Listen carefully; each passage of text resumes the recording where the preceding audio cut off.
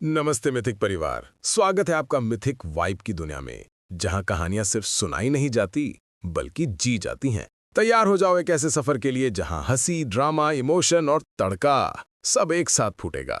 Like, share और subscribe जरूर कर लेना, क्योंकि यहां हर एपिसोड है फुल धमाका, फुल मस्ती। Disclaimer time. भाई लोग, ये कहानी मजे और मनोरंजन के लिए है, तो अगर सुनकर तुम्हें लगे कि तुम भी किसी फिल्म के हीरो हो तो गली में भागते हुए अपने पड़ोसी को विलेन मत समझ लेना। यहाँ के सारे कैरेक्टर्स, ड्रामा और ट्विस्ट हमारी थोड़ी सी पागल लेकिन प्यारी कल्पना के नतीजे हैं। अगर ये किसी असली जिंदगी के राजा, रईस या रोमांटिक बंदे से मिलते जुलते हैं तो समझ लो बस किस्मत का तड़का है।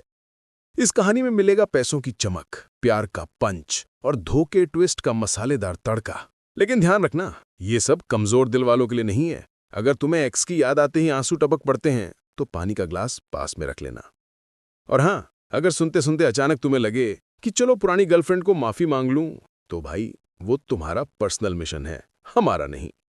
तो तैयार रहो, क्योंकि अब शुरू होने वाला है मिथिक वाइब का सबसे धमाकेदार, मजेदार और जज्बाती सफर, जहां हर ट्विस्ट तुम्हारे दिल की धड़कन बढ़ा देगा। चलो शुरू करते हैं कहानी। Let's vibe with mythic. अध्याय 391। चलो यहीं खाते हैं। ललित कपूर ने भौहें चढ़ाई। उन्हें उम्मीद नहीं थी कि उन्होंने जो सीट आरक्षित की थी वह किसी और ने ले ली थी। जीनल मेहता तुरंत बड़े गुस्से से चिल्लाई, इसका क्या मतलब है तुम्हारा? ये स्पष्ट रूप से हमारी सीट थी जिसे हमने पहले आरक्षित किया था। तुम्हें किस अधिकार से किसी और को इसे लेने दिया? उसने अभी अभी रणवीर सिंघानिया और आर्या सिंह के सामने शेखी बघारी थी, केवल कुछ ही पल बाद शर्मिंदा होने के लिए। वह इस अपमान को कैसे सहन कर सकती थी? ललित कपूर का चेहरा बदल गया और उन्होंने तेजी से जीनल मेहता को एक तरफ खींचा। जल्दबाजी में कहा, तुम किस लिए चिल्ला रही हो? जीनल मेहता आश्वस्त नहीं हुई, पलटकर बोली, उन्होंने हमारी सीट किसी और को लेने दी, इसमें चिल्लाने में क्या गलत है? ललित कपूर ने कहा, क्या तुमने अभी अभी जो कहा वह नहीं सुना? यह एक डायमंड सदस्य था जिसने हमारी सीट ली।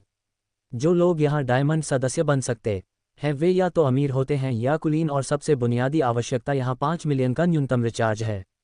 निश्चित रूप से उन्हें डायमंड सदस्यों की सेवा को प्राथमिकता देनी होगी।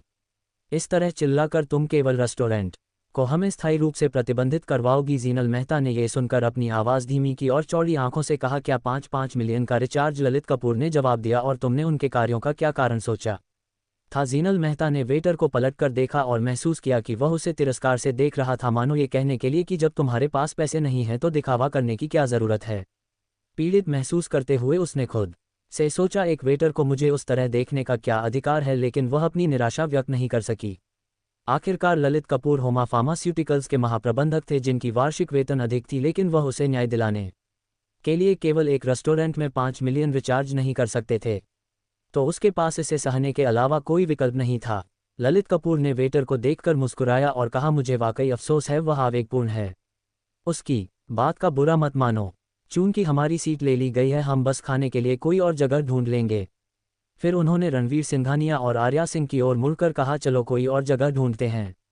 हालांकि रणवीर सिंघानिया ने कहा, चूंकि हम पहले से ही यहाँ हैं, चलो यहीं खाते हैं। अगर हम इस समय किसी और रेस्टोरेंट की तलाश में जाते हैं तो शायद हमें भी इंतजार करना पड़ेगा। ललित कपूर ने भौहें चढ़ाईं। जीनल मेहता पहले से ही खराब मूड में थी। रणवीर सिंघानिया के शब्दों को सुनकर वह झल्लाकर बोली, क्या तुम बहरे हो? क्या तुमने अभी अभी जो कहा वह नहीं सुना? ललित ने जो सीट आरक्षित की थी वह एक डायमंड सदस्य ने ले ली थी। उनके पास अब हमारे लिए कोई सीट नहीं है और तुम अभी भी यहाँ खाना चाहते हो? क्या तुम हमें वास्तव में अंदर दिला सकते हो? रणवीर सिंघानिया मुस्कुराए और कहा, मुझे अंदर दिलाना चाहिए। इससे जीनल मेहता और ललित कपूर हक्के बक्के रह गए।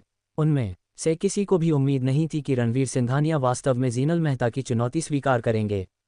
हालांकि वेटर ने इशारा किया कि अंदर कोई सीट नहीं बची है, अगर आपकी प्रतिष्ठा पर्याप्त है तो वे हमेशा जगह ढूंढ लेंगे। लेकिन ऐसी सुविधा केवल सुप्रीम सदस्यों के लिए होती है, जो डायमंड सदस्यों से भी अधिक प्रतिष्ठित होते हैं।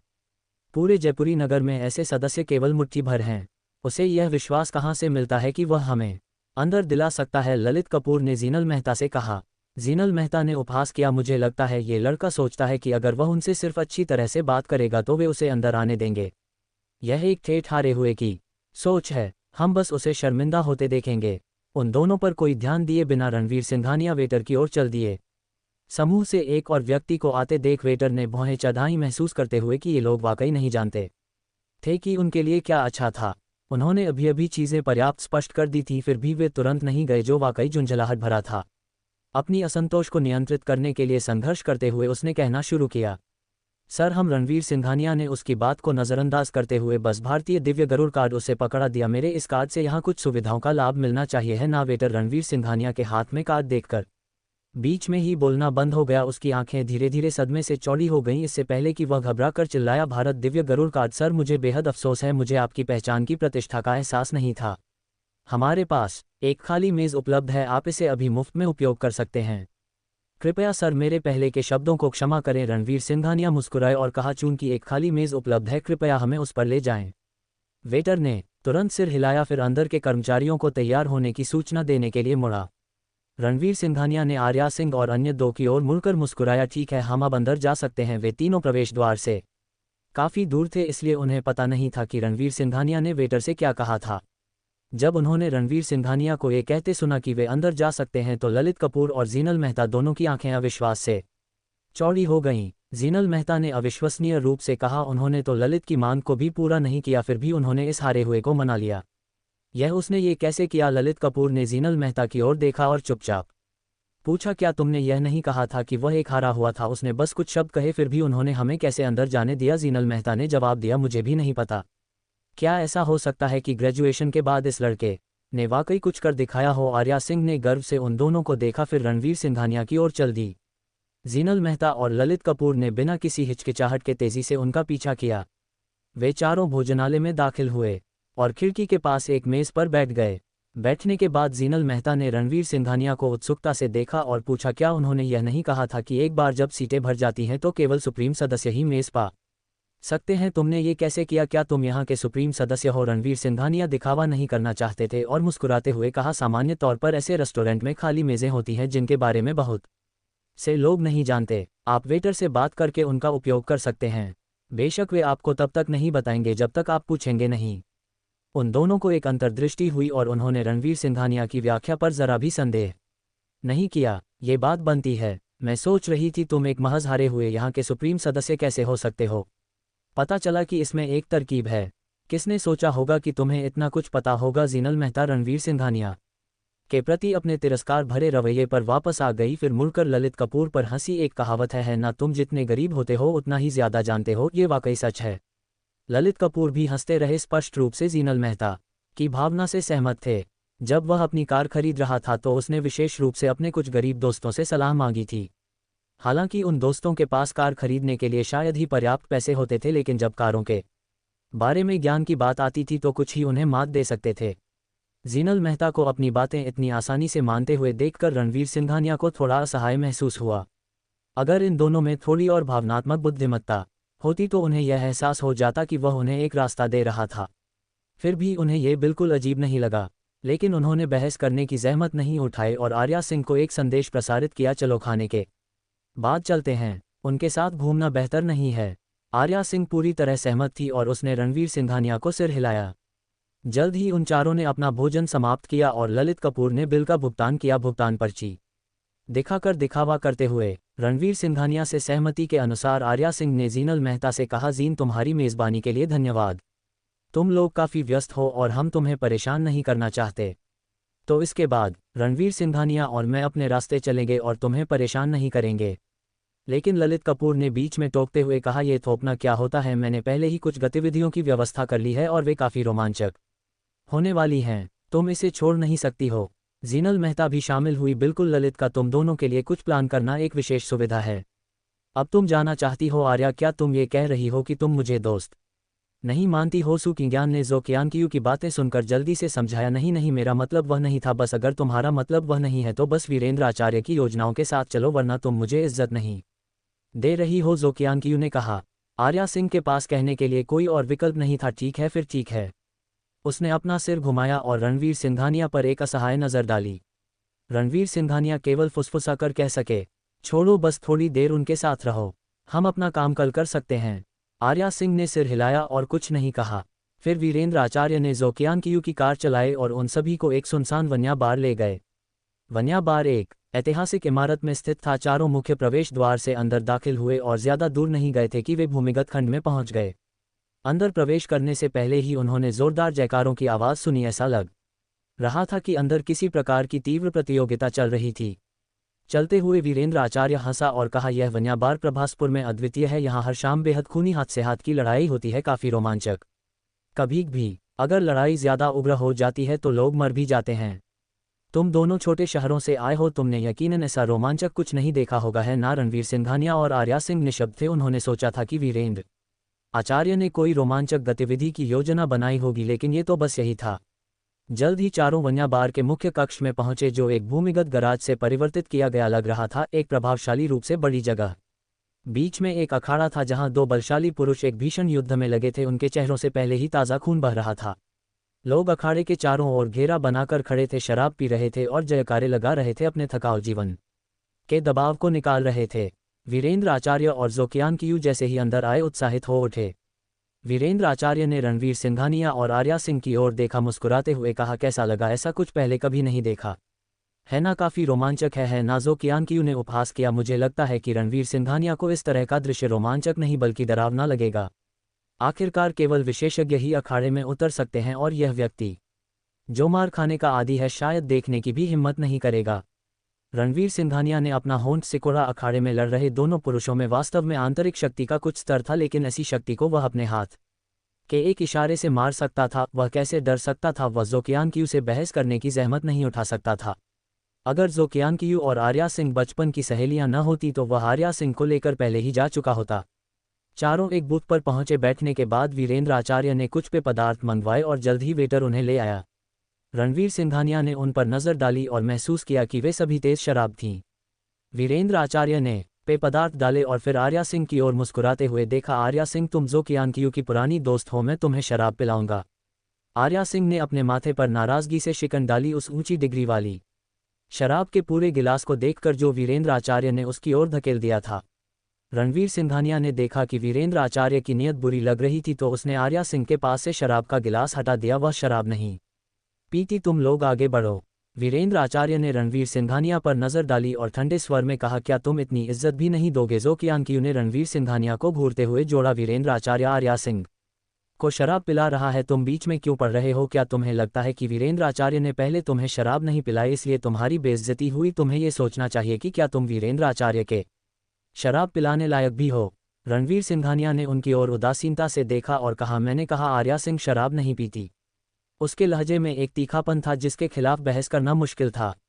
वीरेंद्र आचार्य नहीं जानता था क्यों, लेकिन उसे रणवीर सिंघानिया को चुनौती देने में एक अकथनीय अनिच्छा महसूस हुई। फिर भी वह नाराज़गी भरे भाव के साथ कहने में कामयाब रहा, ठीक है, अगर नहीं पीना चाहती तो मत पियो, तुम्हारा अहंकार बड़ा है, यह मेरी गलती है कि मैंने कोशिश की। वीरेंद्र आचार्य को गुस्सा होते देखकर ज़ोकियान कियू ने जल्दी से सांत्वना दी, प्रिय, गुस्सा मत हो, रणवीर सिंघानिया जैसे किसी व्यक्ति पर ध्यान मत दो। वीरेंद्र आचार्य स्पष्ट रूप से चिड़चिड़ाया हुआ था और अचानक उठकर शौचालय की ओर चला गया। ये देखकर ज़ोकियान कियू ने रणवीर सिंघानिया को घूर कर देखा और फिर वीरेंद्र आचार्य के पीछे चली गई। जब दोनों शौचालय के दरवाजे पर पहुंचे तो ज़ोकियान कियू ने वीरेंद्र आचार्य को चापलूसी भरे अंदाज में सांत्वना दी, प्रिय, गुस्सा मत हो, रणवीर सिंघानिया बस कृतघ्न है। वीरेंद्र आचार्य ने ज़ोकियान कियू की ओर ठंडे स्वर में देखा और कहा, क्या तुमने नहीं कहा था कि तुम अपनी पुरानी दोस्त से निपटने में मेरी मदद करोगी और मुझे मज़े करने दोगी? अब वह शराब भी नहीं पी रही, मुझे उसे पाने का अवसर कहाँ मिलेगा? मुझे अब तुम्हें कार खरीदने का पछतावा हो रहा है। ज़ोकियान कियू ने कहा, प्रिय, ऐसी बातें मत करो। मुझे कैसे पता चलता कि रणवीर सिंघानिया इतना कृतघ्न होगा? तुम मुझे जानती हो, मैंने कभी तुम्हारी किसी भी बात को इनकार नहीं किया, यहाँ तक कि जब तुम मेरी दोस्त के साथ सोना चाहते थे तो मैंने एक शब्द भी नहीं कहा। मुझे वाकई उम्मीद नहीं थी कि रणवीर सिंघानिया जैसा कोई इतना परेशानी वाला व्यक्ति सामने आएगा। फिर उसने अपनी आंखें घुमाईं और कहा, प्रिय, क्या इस वन्या बार में एक नियम नहीं है कि तुम मंच पर चुनौती दे सकते हो और कोई उसे मना नहीं कर सकता? हम इस नियम का उपयोग रणवीर सिंघानिया को सबक सिखाने के लिए क्यों नहीं करते? वीरेंद्र आचार्य की आंखें चमक उठीं और फिर उसके चेहरे पर एक धूर्त मुस्कान आ गई। अच्छा, वही करते हैं जो तुमने कहा। आज हमें उस आदमी को सबक सिखाना ही होगा। इसके बाद दोनों मंच प्रबंधक की ओर बढ़े। रणवीर सिंघानिया बूथ के सामने बैठे थे, अपनी दिव्य संवेदन जारी कर रहे थे। ज़ोकियान कियू और वीरेंद्र आचार्य को देख रहे थे और उनके चेहरे पर एक ठंडी मुस्कान आए बिना नहीं रह सकी। आर्या सिंह ने उनकी ओर देखकर पूछा, क्या हुआ? रणवीर सिंघानिया ने कहा, तुम्हारी बचपन की सहेली वाकई दुर्भावनापूर्ण है। तुम्हें प्रभासपुर आने का उसका निमंत्रण बुरी नीयत से कम कुछ नहीं था। आर्या सिंह ने भ्रमित होकर पूछा, क्या हुआ? रणवीर सिंघानिया ने कहा, तुम्हें जल्द ही पता चल जाएगा। इस बार मैं उसे कोई रियायत नहीं दूंगा, भले ही वह तुम्हारी दोस्त हो। थोड़ी देर बाद वीरेंद्र आचार्य और ज़ोकियान की लौट आए, दोनों के चेहरों पर प्रत्याशा भरी हुई थी। दोनों ऐसे बैठ गए जैसे पिछला विवाद हुआ ही ना हो, और वीरेंद्र आचार्य ने मुस्कुराते हुए कहा, चूंकि तुम शराब नहीं पीना चाहते तो चलो। शराब नहीं पीते, लेकिन आज रात हमें खूब मज़े करने चाहिए। रणवीर सिंघानिया मुस्कुराए और चुप रहे। थोड़ी देर बाद मंच पर भीषण युद्ध से एक विजेता उभरा। विजेता विजयोन्माद में चिल्लाते हुए अपनी जीत की घोषणा कर रहा था। ये व्यक्ति वन्या बार में एक काफ़ी प्रसिद्ध प्रतियोगी था। उसकी भीमकाय काया एक गोरिल्ला जैसी थी, जिसने उसे भीमकाय का उपनाम दिलाया था। अपनी जीत के तुरंत बाद एक कर्मचारी मंच पर आया, कुछ कहा और उस दिशा की ओर इशारा किया जहां रणवीर सिंघानिया और आर्या सिंह बैठे थे। जल्द ही भीमकाय ने कर्मचारी को सिर हिलाया और रणवीर सिंघानिया की ओर देखा। जब उसने रणवीर सिंघानिया के बगल में आर्या सिंह को देखा तो उसकी आंखों से लोभी चमक फूट पड़ी। फिर उसने आर्या सिंह की ओर इशारा किया और चिल्लाया, उस युवती पर मेरा दिल आ गया है। भीड़ ने भीमकाय के इशारे का पालन करते हुए देखा और आर्या सिंह को देखकर वे सभी उसकी सुंदरता से चकित रह गए। उसी क्षण भीमकाय की नज़र रणवीर सिंघानिया की ओर मुड़ी। क्या तुम इस युवती के पुरुष हो? रणवीर सिंघानिया ने शांत भाव से कहा, हाँ। भीमकाय ने उपहास किया, बहुत खूब, मैं अब तुम्हें चुनौती देता हूँ। मंच पर आओ आओ, लड़ते हैं। अगर मैं जीत गया तो ये युवती मेरी होगी। तत्काल भीड़ से जयकारे गूंज उठे, क्योंकि उन्हें एक स्त्री के लिए पुरुषों को लड़ते देखना बहुत पसंद था। इस बिंदु पर वीरेंद्र आचार्य ने रणवीर सिंघानिया की ओर देखा और उपहास भरे लहजे में कहा, ओ प्रिय, मैं तुम्हें ये बताना भूल गया था, लेकिन इस वन्या बार में एक नियम है। अगर मंच पर कोई चुनौती देता है तो दूसरा पक्ष उसे मना नहीं कर सकता। लगता है आज तुम बदकिस्मत हो रणवीर सिंघानिया। ज़ोकियान कियू ने दोहराया, वह बदकिस्मत कैसे है? कोई भी साफ आंखों वाला देख सकता है कि वह आर्या सिंह के लिए बस एक मुकाबला नहीं है। किसी के लिए बाहर आकर उसके लिए प्रतिस्पर्धा करना पूरी तरह से सामान्य है। रणवीर सिंघानिया ने उन दोनों की ओर मुस्कुराते हुए देखा और पूछा, क्या ये कुछ ऐसा नहीं है जिसे तुम लोगों ने जानबूझकर व्यवस्थित किया है? दोनों के चेहरे अकड़ गए और ज़ोकियान कियू ने जल्दबाजी में कहा, तुम क्या बकवास कर रहे हो? हम ऐसा कुछ कैसे स्थापित कर सकते हैं? ये साफ साफ इसलिए है क्योंकि उन्हें तुम्हारी शक्ल पसंद नहीं है। वीरेंद्र आचार्य ने भी गंभीरता से कहा, इस तरह का मंच मौत के जोखिम के साथ आता है। हम तुम्हारी जिंदगी के बारे में मजाक कैसे कर सकते हैं? ये वास्तव में बस तुम्हारी बुरी किस्मत है। रणवीर सिंघानिया खुद पर मुस्कुराए, सोचते हुए कि अगर उसने अपनी दिव्य संवेदन का उपयोग उन्हें अखाड़ा कर्मचारी को रिश्वत देते हुए देखने के लिए नहीं किया होता तो वह शायद उन पर विश्वास कर लेता। उसने इसे दिल पर नहीं लिया और हंसते हुए खड़े हो गए। चूंकि यहाँ ऐसा नियम है तो मैं इस आदमी से मिलने और उसे यह समझाने के लिए अखाड़े में कदम रखूंगा कि जब वह मेरी स्त्री पर बुरी नज़र डाले तो क्या होता है। ये कहकर वह मंच की ओर चले। वीरेंद्र आचार्य और ज़ोकियान कियू दोनों ने मन ही मन उपहास किया, क्योंकि रणवीर सिंघानिया निडर होकर मंच पर चढ़ गए। इस आदमी को शायद कोई अंदाज़ा नहीं है कि यहाँ का अखाड़ा कितना क्रूर है। शायद वह ये भी कल्पना करता है कि वह भीमकाय को हरा सकता है। वीरेंद्र आचार्य ने फुसफुसाया। ज़ोकियान कियू ने उपहास किया, अगर वह अखाड़े से बच जाए तो यह एक चमत्कार होगा। ऐसा तब होता है जब वह अनाड़ी होता है और तुम्हें परेशान करता है मेरे प्रिय। फिर उसने आर्या सिंह की ओर मुड़कर तुरंत अपना लहजा बदल दिया। आर्या सिंह, हमें उम्मीद नहीं थी कि ऐसा होगा, लेकिन ये दिखाता है कि रणवीर सिंघानिया तुम्हारे लिए वाकई काफ़ी अच्छा नहीं है। हमेशा कोई न कोई ऐसा रहेगा जो उसे बर्दाश्त नहीं कर पाएगा। मेरी राय में तुम्हें उसे जल्द से जल्द छोड़ देना चाहिए, वरना तुम्हें निश्चित रूप से और अधिक परेशानी का सामना करना पड़ेगा। आर्या सिंह ने शांत भाव बनाए रखा और कहा, कोई चिंता नहीं, चाहे कितनी भी परेशानी आए रणवीर सिंघानिया उसे संभाल लेंगे। उसने अनुमान लगाया था कि ज़ोकियान कियू और दूसरे ने रणवीर सिंघानिया के लिए एक जाल बिछाया था, लेकिन रणवीर सिंघानिया की ताकत के साथ बेशक वह अखाड़े में एक साधारण मुकाबले से नहीं डरेंगे। हालांकि रणवीर सिंघानिया के व्यक्तित्व को जानते हुए वह अखाड़े में उस आदमी से निपटने के बाद मामला यूं ही नहीं छोड़ देंगे। वह अब उत्सुक थी कि रणवीर सिंघानिया बाद में वीरेंद्र आचार्य और दूसरे से कैसे निपटेंगे। आर्या सिंह का रणवीर सिंघानिया पर इतना आत्मविश्वास देखकर ज़ोकियान कियू अपने होंठ मोड़ने से खुद को रोक नहीं पाई। मन ही मन सोच रही थी कि रणवीर सिंघानिया को आधा पीटने के बाद वह देखेगी कि क्या आर्या सिंह अभी भी दावा करती है कि वह परेशानी को संभाल सकता है।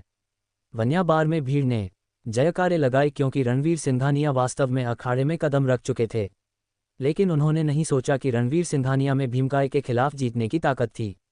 वे जिस चीज़ का इंतजार कर रहे थे वह रणवीर सिंघानिया की पिटाई थी। यह आदमी डर से अपनी पैंट में पेशाब नहीं किया, बल्कि वह शांति से अखाड़े में चढ़ रहा है। वह वाकई मेरी उम्मीदों से परे है। अगर वह अखाड़े में है तो क्या फ़र्क पड़ता है, अंत में उसे भीमकाय द्वारा कुचला ही जाएगा। उसके उस दुबले पतले शरीर के साथ उसके 10 आदमी भी भीमकाय के साथ एक राउंड के लिए काफ़ी नहीं होंगे। हालांकि उसकी स्त्री वाकई खूबसूरत है। अगर मुझे भीमकाय के खिलाफ हारने का यकीन नहीं होता तो मैं आज खुद उसे चुनौती देने के लिए ऊपर चला जाता। रणवीर सिंघानिया भीमकाय के सामने खड़े थे। भीमकाय ने रणवीर सिंघानिया को गौर से देखा और एक दुर्भावनापूर्ण मुस्कान बिखेरी। बच्चे, अगर मैं तुम्हें हराता हूं तो तुम्हारी युवती मेरी हो जाएगी और मैं वादा करता हूं कि आज रात मैं उसे इतना खुश करूंगा कि उसे उत्तर की दिशा भी न सूझेगी। रणवीर सिंघानिया ने भीमकाय की ओर ठंडे स्वर में देखा, कुछ भी कठोर नहीं कहा बल्कि साफ साफ कहा, चलो इसे जल्दी निपटाओ और बात नहीं। भीमकाय ने ठंडी सांस ली और कुछ नहीं कहा और क्रूरता से बलपूर्वक हमला किया और एक जोरदार धमाके के साथ वह रणवीर सिंघानिया की ओर दौड़ा। बच्चे, मरने के लिए तैयार हो जाओ। भीमकाय की ताकत आंतरिक शक्ति वाले युद्ध कला गुरुओं में उत्कृष्ट मानी जाती थी और हालांकि उसने आंतरिक शक्ति का अल्प सिद्ध स्तर ही प्राप्त किया था, यहाँ तक कि आंतरिक शक्ति का पूर्ण सिद्ध स्तर वाले भी उसके मुक्कों को पकड़ना चुनौतीपूर्ण पाते थे। यही कारण था कि वह इस अखाड़े में इतना प्रभावशाली था। अखाड़े के चारों ओर की भीड़ ने देखा कि भीमकाय पास आया और रणवीर सिंघानिया पर पूरी ताकत से वार किया और लगभग एक साथ उनके दिमाग में एक विचार कौन था, यह आदमी निश्चित रूप से खत्म हो गया। वीरेंद्र आचार्य ने कुछ उत्तेजना के साथ दृश्य को अनफोल्ड होते देखा और खड़े हो गए, जयकारे लगाने के लिए तैयार। उस मौके से रणवीर सिंघानिया शायद बदसूरत हो जाएगा। पलक झपकते ही भीमकाय रणवीर सिंघानिया तक पहुंच गया और उसका मुक्का सीधा रणवीर सिंघानिया के चेहरे की ओर बढ़ा। हालांकि जिस दृश्य की हर किसी को उम्मीद थी, जहां भीमकाय का मुक्का रणवीर सिंघानिया के चेहरे को कुचल देगा, वह नहीं हुआ। रणवीर सिंघानिया ने अनायास ही भीमकाय का मुक्का पकड़ लिया और उसका शरीर आधा कदम भी पीछे नहीं हटा। अगले ही पल उसने नीचे की ओर बल लगाया और एक कड़कड़ाहट के साथ भीमकाय की कलाई टूट गई। एक चीख गूंज उठी और पूरा वन्या बार थोड़ा शांत हो गया। रणवीर सिंघानिया वहां नहीं रुके, उन्होंने अपना पैर उठाया और भीमकाय के घुटने पर लात मारी और एक और कड़कड़ाहट के साथ भीमकाय अखाड़े में घुटनों के बल बैठ गया। तुम मेरी स्त्री को चुराना चाहते थे, है ना? रणवीर सिंघानिया ने भीमकाय को घूरते हुए पूछा। इस बिंदु पर भीमकाय को आखिरकार एहसास हुआ कि वह था शक्ति वाले एक आचार्य का सामना कर रहा था और उसके कौशल के साथ ऐसा कोई तरीका नहीं था जिससे वह ऐसे व्यक्ति का मुकाबला कर सके। उसने जल्दी से दया की भीख मांगी, बड़े भाई मैं गलत था, यह मेरा विचार नहीं था, किसी और ने मुझे तुम्हें चुनौती देने को कहा था, मुझे अंदाजा नहीं था कि आप इतने शक्तिशाली हैं। रणवीर सिंघानिया ने अपना होंठ सिकोड़ा, मेरी स्त्री से तुमने जो अभद्र बातें कहीं उसके लिए यह कोई बहाना नहीं है। जैसे ही उसने अपनी बात खत्म की, रणवीर सिंघानिया के पैर ने भीमकाय के संवेदनशील अंग पर लात मारी। भीमकाय का शरीर अखाड़े से बाहर एक पर्वलय में उड़ गया, साथ में एक भयानक चीख जो किसी बधिया किए गए पुरुष जैसी थी। रणवीर सिंघानिया की उस लात से ऐसा लग रहा था कि भीमकाय को अपना वंश आगे बढ़ाने में कुछ मुश्किलें होंगी। हर कोई इस दृश्य को देखकर हक्का-बक्का रह गया। ये पूरी तरह से अप्रत्याशित था कि भीमकाय, जिसने कभी अखाड़े पर राज किया था, उसे रणवीर सिंघानिया ने इतनी आसानी से बाहर फेंक दिया। जिन्होंने पहले सोचा था कि रणवीर सिंघानिया को निश्चित रूप से पीटा जाएगा, अब उनके मुंह खुले के खुले रह गए, उनकी गर्दनें आगे की ओर खींच गईं, चेहरे अविश्वास से भरे थे। ये तो अविश्वसनीय है ना? हम भीमकाय की बात कर रहे हैं, ये कैसे संभव है? ज़ोकियान कियू ने अपनी सीट से उठते हुए चिल्लाया। वीरेंद्र आचार्य की आंखों में प्रत्याशा लुप्त हो गई, उसकी जगह गंभीरता का संकेत आ गया क्योंकि उसकी मुठ्ठियां अनजाने में कस गईं। उसे किसी काम का नहीं समझा गया था तो उसमें इतनी मजबूत ताकत क्यों है? उसे एहसास हुआ कि शुरू से रणवीर सिंघानिया का विरोध करना एक गंभीर गलती थी और उसका दिमाग तुरंत भरपाई करने का रास्ता खोजने लगा।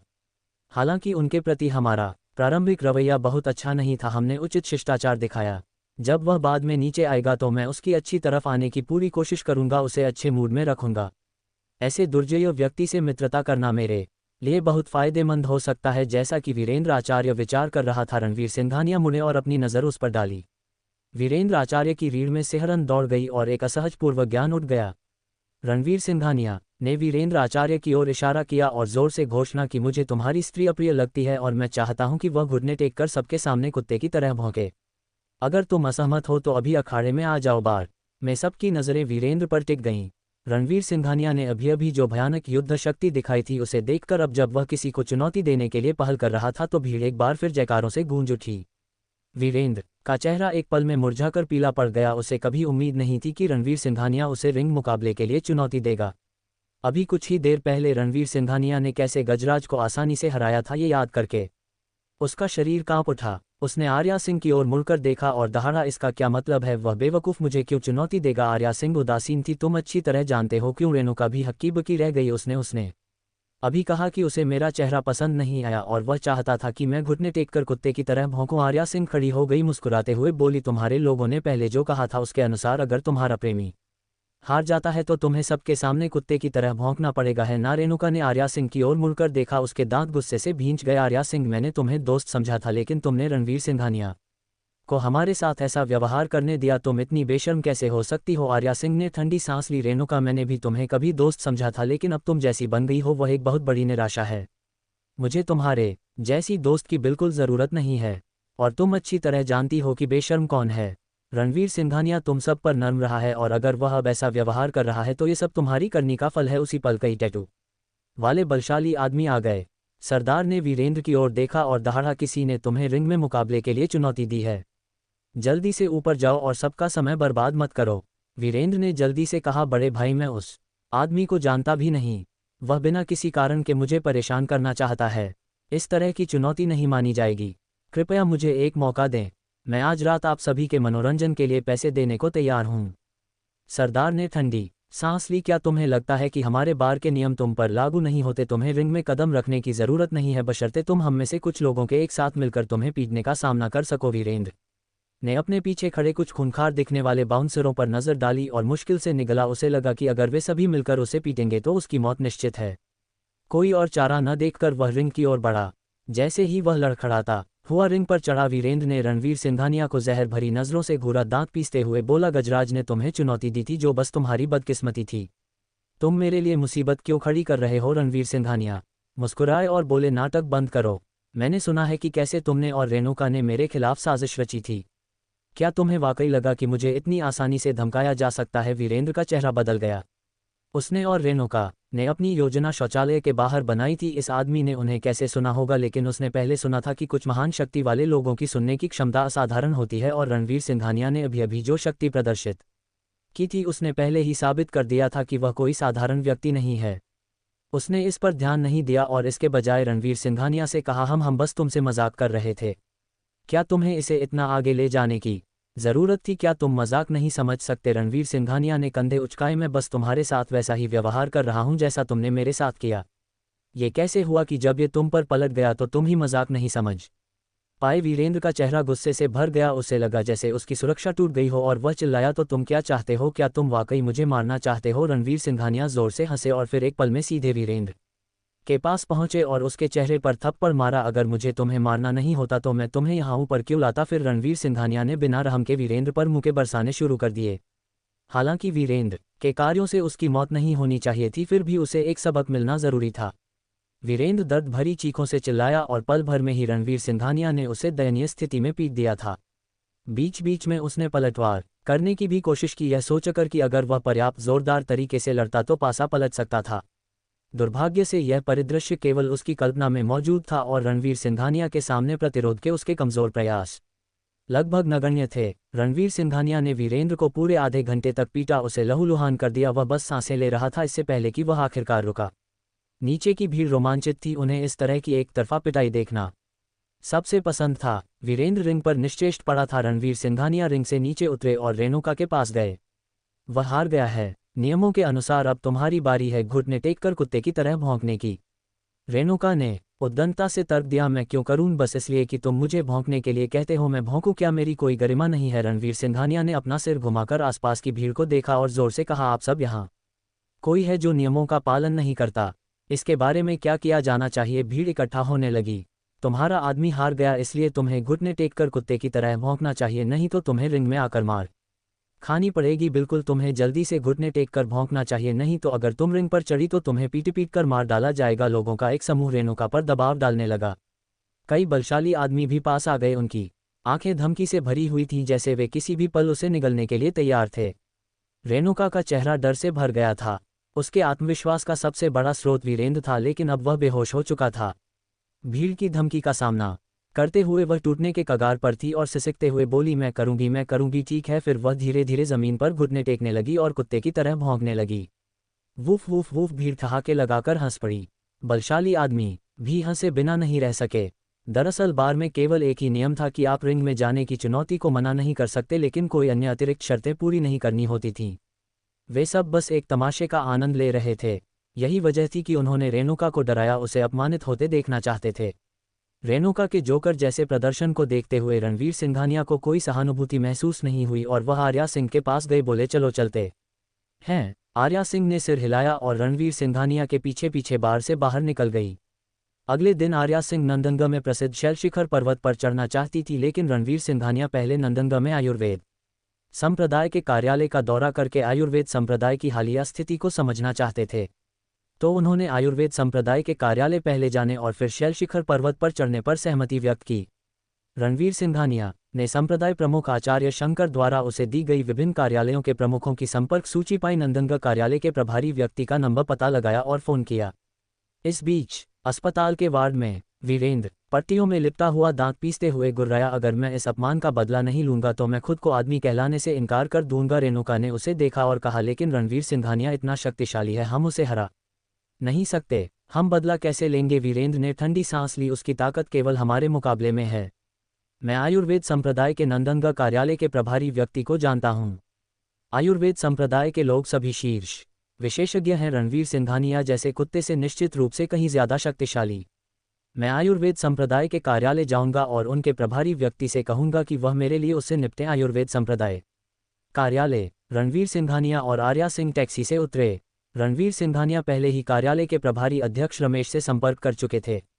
ये सुनकर कि स्वयं संप्रदाय प्रमुख आ रहे हैं, अध्यक्ष रमेश ने तुरंत एक भव्य स्वागत समारोह आयोजित करना चाहा, लेकिन रणवीर सिंघानिया ने मना कर दिया। वे केवल नमस्ते कहने के लिए रुक रहे थे और जल्द ही पर्वत चढ़ने के लिए निकल जाएंगे, इसलिए अत्यधिक औपचारिक स्वागत की कोई आवश्यकता नहीं थी। जैसे ही वे दोनों कार्यालय में प्रवेश करने वाले थे, उन्होंने पट्टियों में लिपटा एक व्यक्ति अपनी ओर आते देखा। आर्या सिंह ने उस व्यक्ति को घूर कर देखा और कहा, वह मम्मी कुछ जानी पहचानी लग रही है। रणवीर सिंघानिया ने नजर डाली और उनके चेहरे पर एक उपहास भरी मुस्कान आ गई। क्या वह वीरेंद्र नहीं है? वह यहाँ क्या कर रहा है? जल्द ही वीरेंद्र रणवीर सिंघानिया और आर्या सिंह के पास आ गया। उन दोनों को यहाँ देखकर उसके चेहरे पर हैरानी छा गई, लेकिन आयुर्वेद संप्रदाय के प्रभारी व्यक्ति से मदद मांगने के बाद उसे अगला काम रणवीर सिंघानिया को ढूंढना ही था। इससे उसे और खोज करने की परेशानी से निजात मिल गई।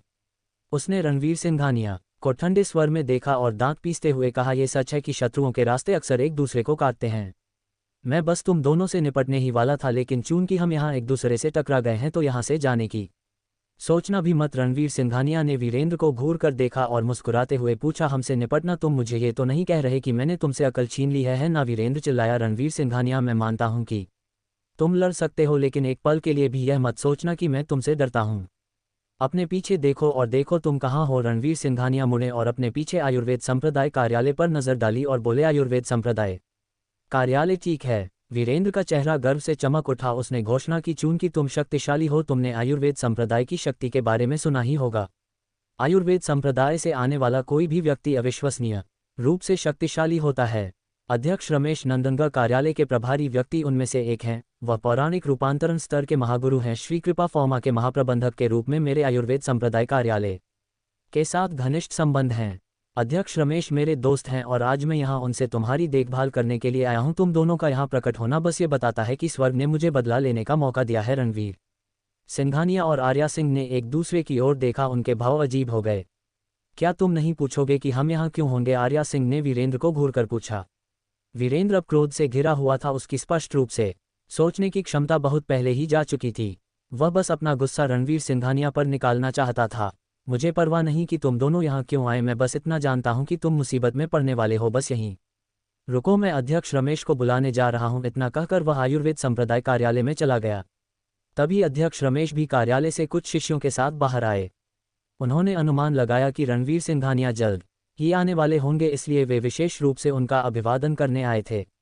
जब वीरेंद्र ने अध्यक्ष रमेश को देखा तो उसकी आंखें चमक उठीं और वह तेजी से उनके पास गया। भाई रमेश, आपका समय एकदम सही है, मैं बस आपको ढूंढने ही वाला था। अध्यक्ष रमेश ने वीरेंद्र की ओर देखा और पूछा, तुम कौन हो? वीरेंद्र तब अपने शरीर पर पट्टियां याद आईं और उसने जल्दी से कहा, मैं हूं वीरेंद्र, श्री कृपा फॉर्मा का महाप्रबंधक।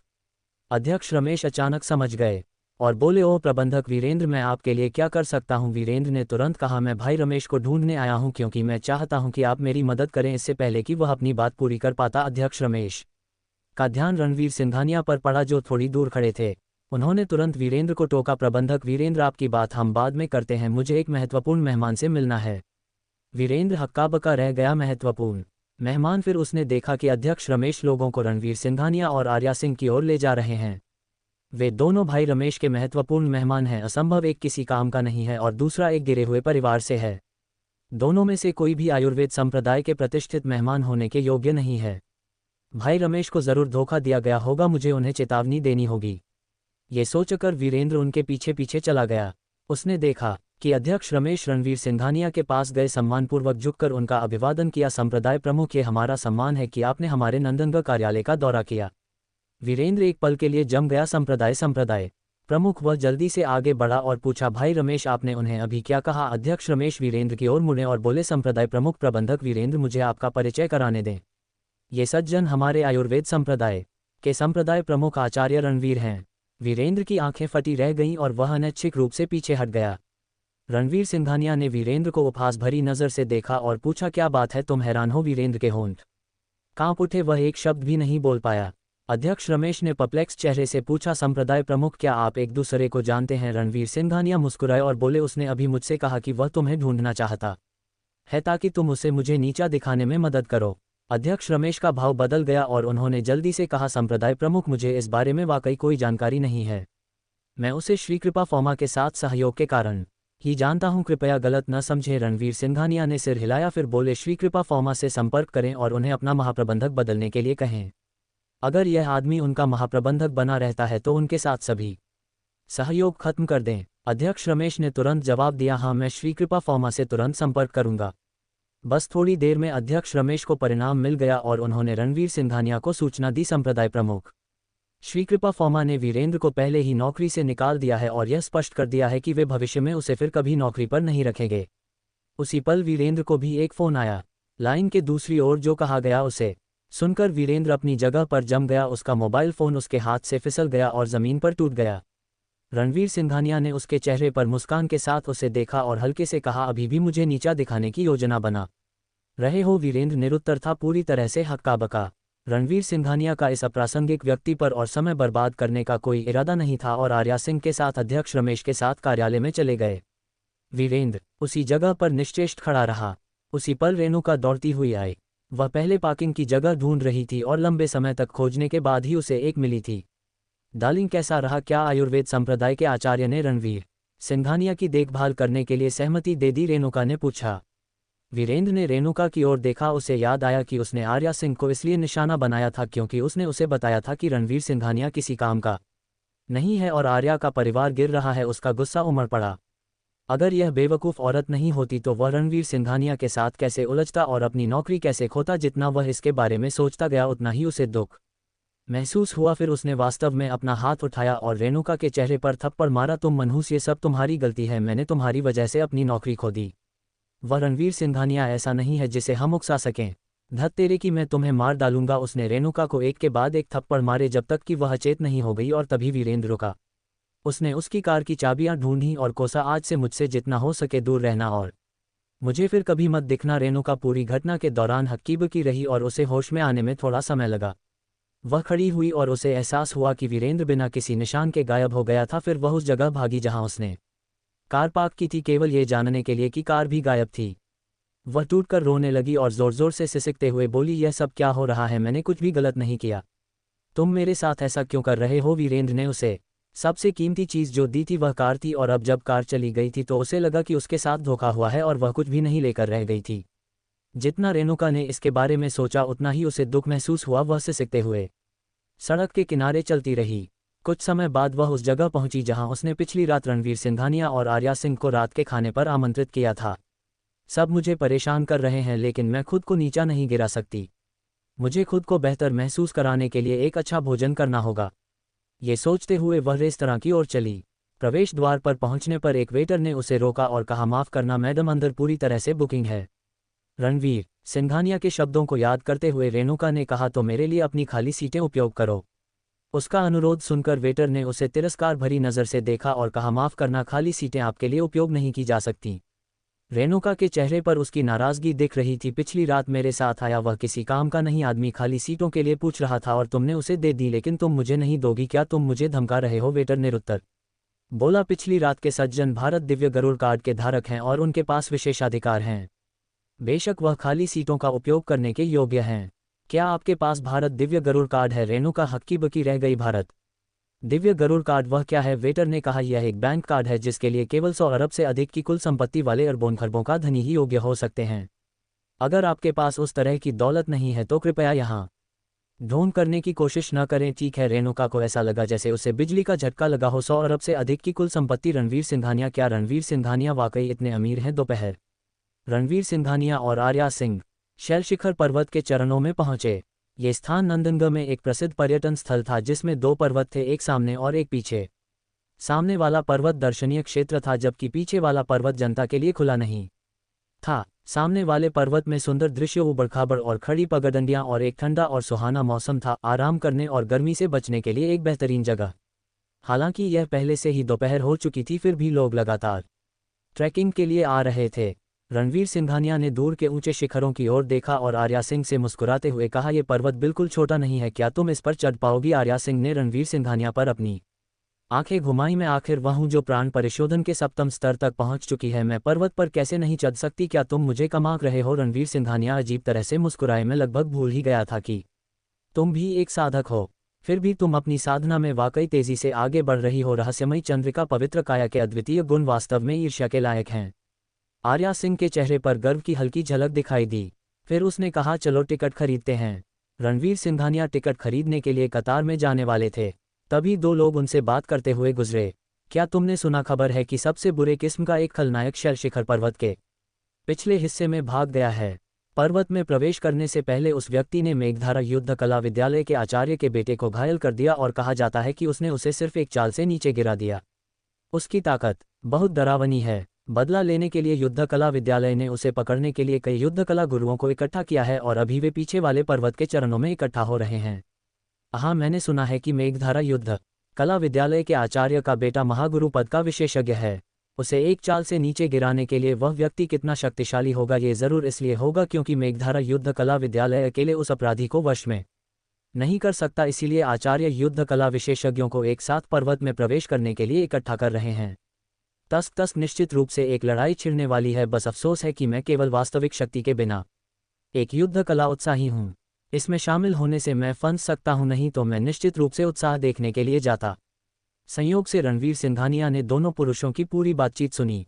उनकी जिज्ञासा जागी। उन्होंने पीछे वाले पर्वत की ओर देखा और आकाश में एक कीमती आभा और घनी आत्मिक ऊर्जा देखी। क्या ऐसा हो सकता है कि पीछे वाले पर्वत में कोई दिव्य भूमंडलीय रत्न उभर रहा हो? क्या वे जिस अपराधी की बात कर रहे हैं वह दिव्य भूमंडलीय रत्न के पीछे गया होगा? आर्या सिंह, जो उनके बगल में थी, ने भी दोनों लोगों की बातचीत सुनी। उसने रणवीर सिंघानिया की ओर मुड़कर उत्तेजित होकर पूछा, क्या हमें पीछे वाले पर्वत पर चलना चाहिए? छोटी लिंग की आवाज़ अचानक सुनाई दी। मुझे कोई आपत्ति नहीं है।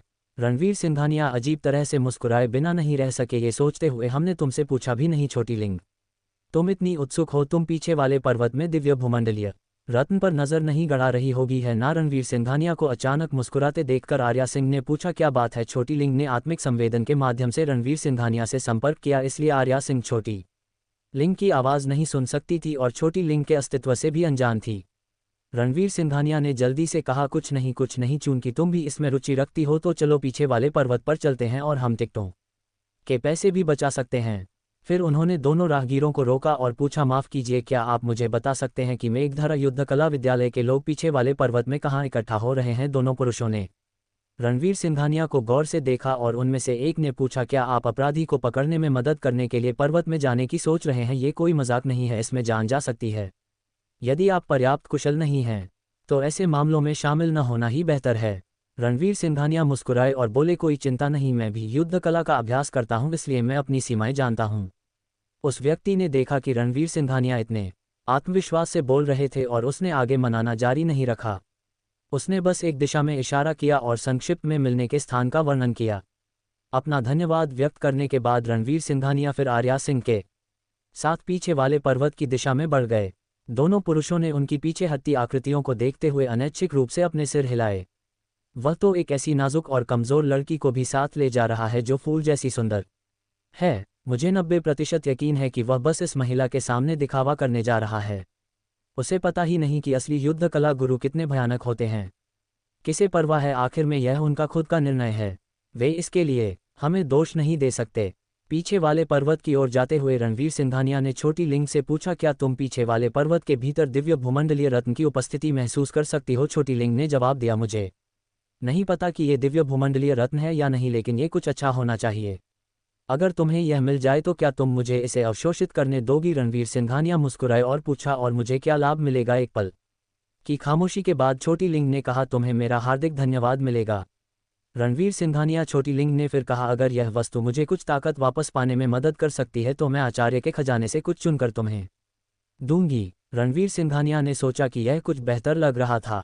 सामने वाले पर्वत की तुलना में पीछे वाला पर्वत ज्यादा वीरान लग रहा था और रास्ता पैरों से चलने के कारण बना हुआ था।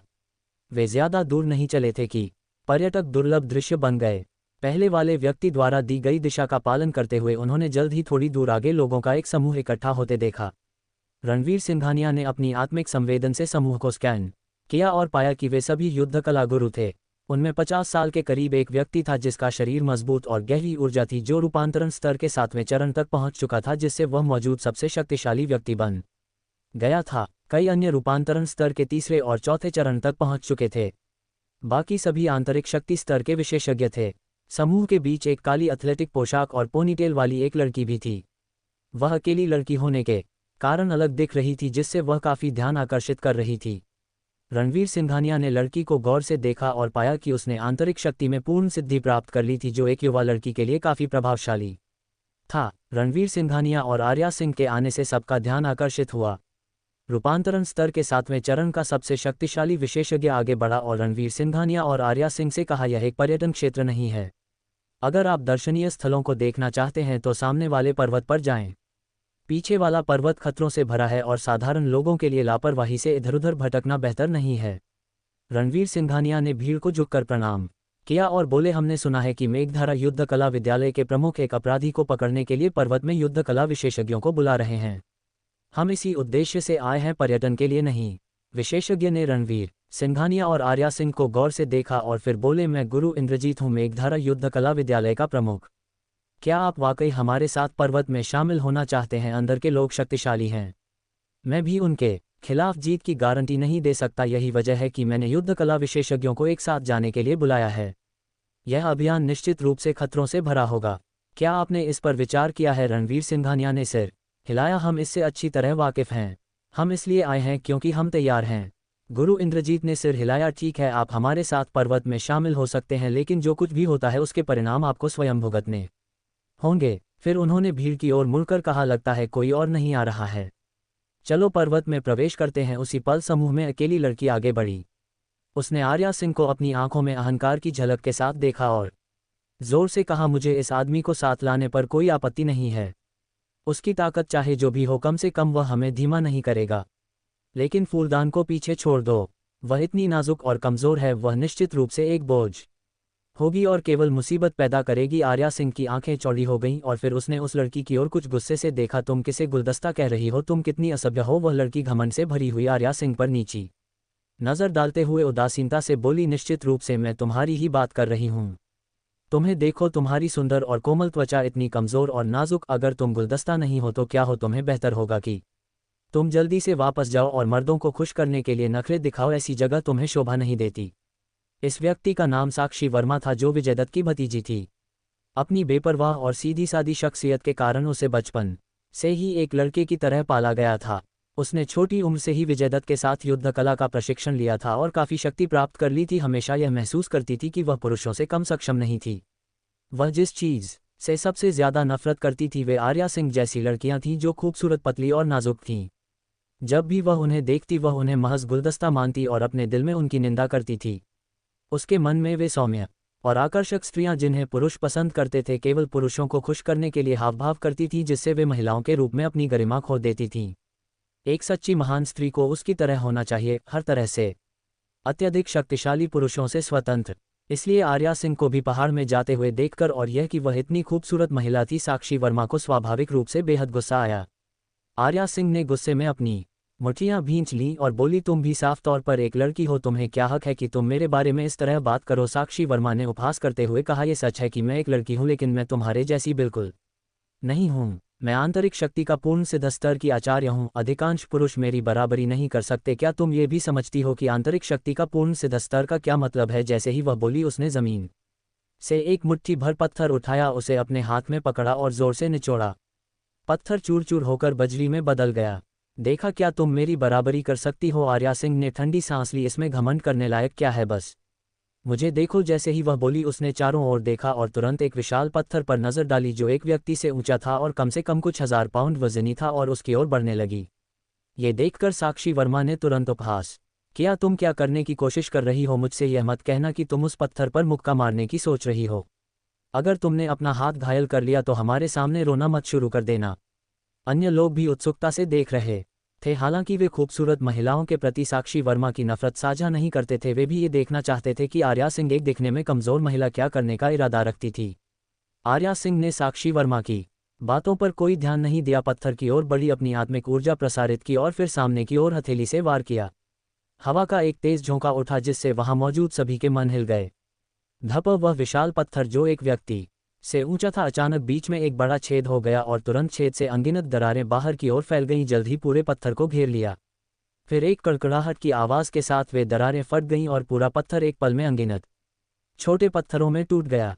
एक अधेड़ व्यक्ति ये देखकर चिल्लाया, एक महागुरु! उसमें निश्चित रूप से एक महागुरु की शक्ति है। कई लोगों ने सहमति में सिर हिलाया।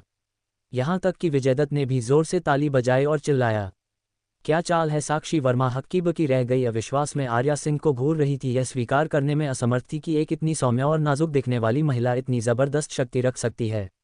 और तो और वह इतनी खूबसूरत भी थी। क्यों उसका आत्मविश्वास जिसे उसने महिलाओं के बीच एक सच्ची अद्वितीय शक्ति के रूप में बनाया था उस क्षण चूर-चूर हो गया। ये तुम इतनी अविश्वसनीय कैसे हो सकती हो? यह अन्याय है! साक्षी वर्मा चिल्लाए।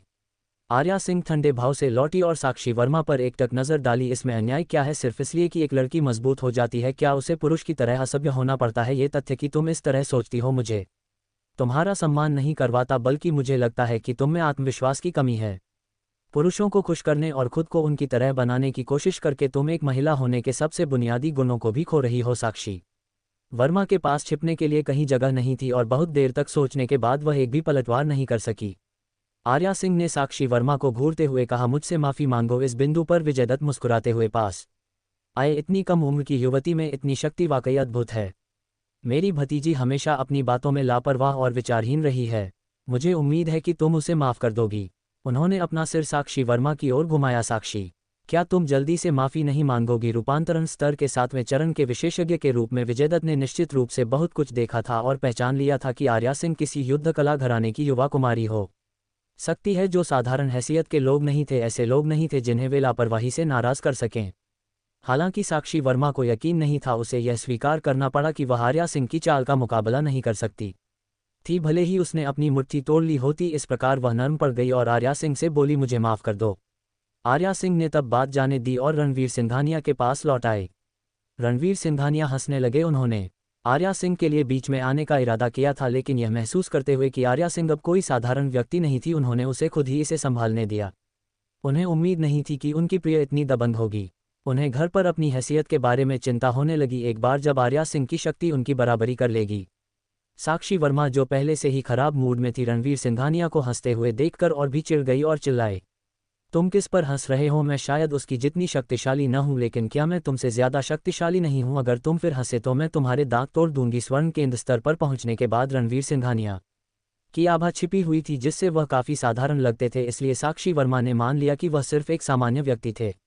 रणवीर सिंघानिया और आर्या सिंह की उपस्थिति की तुलना करते हुए उसने सीधे रणवीर सिंघानिया को ऐसे व्यवहार किया जैसे वह आर्या सिंह का अनुयायी या सेवक हो। रणवीर सिंघानिया ने अपनी मुस्कान रोकी। इस अतार्किक महिला से बहस न करने का फैसला किया। हमें और देर नहीं करनी चाहिए, चलो पहाड़ पर चलते हैं। विजयदत्त और समय बर्बाद नहीं करना चाहते थे और उन्होंने सभी को पहाड़ की ओर ले जाना शुरू कर दिया। पहाड़ की चोटी पर एक छिपी हुई गुफा के प्रवेश द्वार पर एक अधेड़ व्यक्ति काले वस्त्र में, एक भयावह चेहरे और अपने माथे पर खून के लाल निशान के साथ अब एक बड़ी चट्टान के ऊपर बैठा था, नीचे पहाड़ को निहार रहा था। उसके बगल में गुफा के अंदर एक चमक टिमटिमा रही थी जैसे कोई दुर्लभ खजाना छिपा हो। अधेड़ व्यक्ति एक शक्तिशाली आभा विकीर्ण कर रहा था जो केवल एक दिव्य लोक विशेषज्ञ के पास होती थी, जिससे पहाड़ के पक्षियों और जानवरों को गुफा के पास 1 इंच भी आने की हिम्मत नहीं होती थी। उसने अपनी प्राण ऊर्जा प्रसारित की, पहाड़ के आधार पर परिवर्तनों को महसूस किया और एक ठंडी मुस्कान धीरे धीरे उसके चेहरे पर दिखाई दी। ये मूर्ख, क्या उन्होंने आखिरकार चारा ले लिया है? किसने सोचा होगा कि ऊपर से काम लेकर रणवीर सिंघानिया और आर्या सिंह से निपटने के लिए मुझे नीलगिरी पर्वत पर ऐसा खजाना खोजने को मिलेगा? मेरी रक्त पिशाच महाविधि को अभी भी सिद्ध होने के लिए लगभग 1 दर्जन और लोगों की आवश्यकता है। इस गुफा में मौजूद खजाने की मदद से मैं दिव्यलोक के दूसरे चरण में प्रवेश कर पाऊंगा। ऊपर से मिली खबर के अनुसार रणवीर सिंघानिया और आर्या सिंह अभी भी प्रयाग नगर में हैं।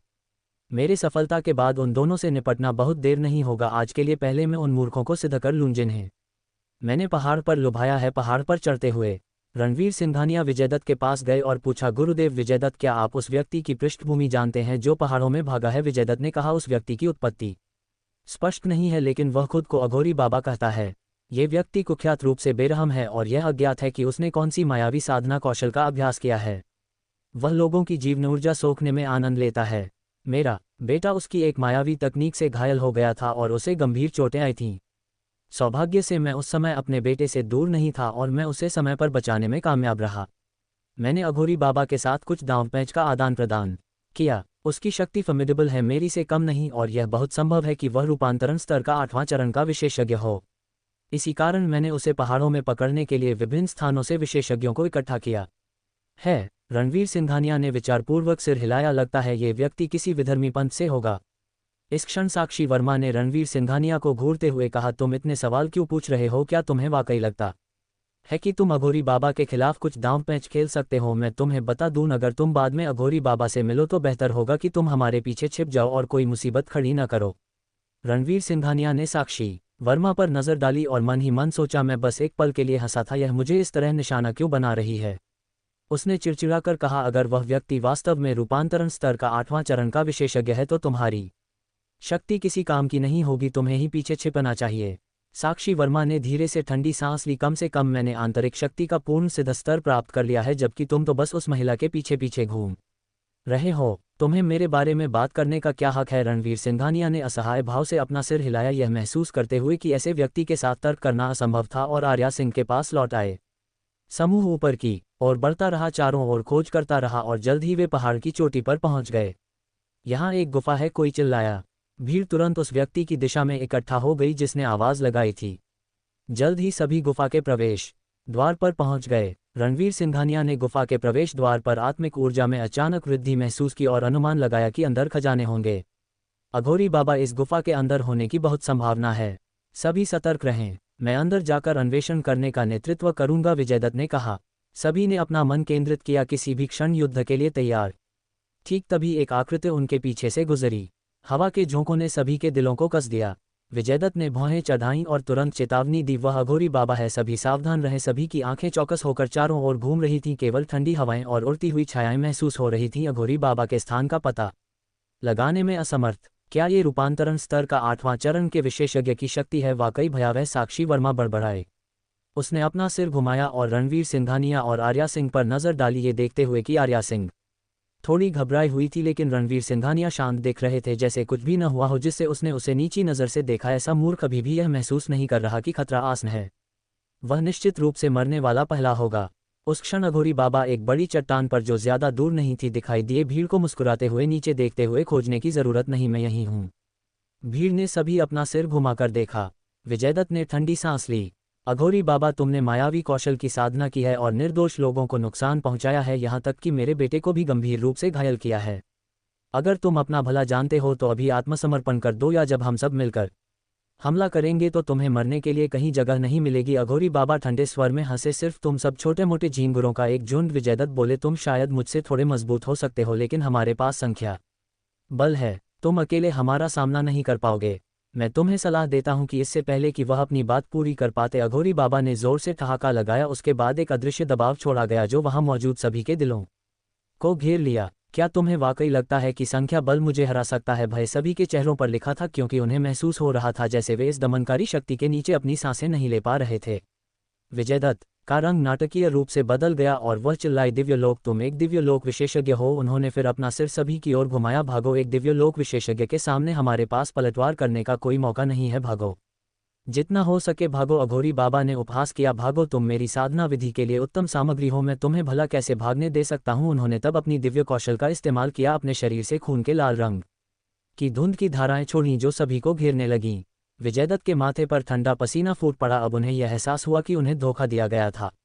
साक्षी वर्मा ने अपने चारों ओर खून के लाल रंग की धुंध में निहित भयावह शक्ति महसूस की, उनका रंग पीला पड़ गया और उनके पैर अनैच्छिक रूप से कांपने लगे। आंतरिक शक्ति के पूर्ण सिद्ध स्तर के शिखर पर होने के बावजूद एक दिव्यलोक आचार्य का दबाव हिमालय पर्वत के वजन की तरह उन पर पड़ रहा था, पूरी तरह से असहनीय। हमें क्या करना चाहिए? क्या हम बस यहीं मरने वाले हैं? साक्षी वर्मा ने विजयदत्त की ओर मुड़कर पूछा।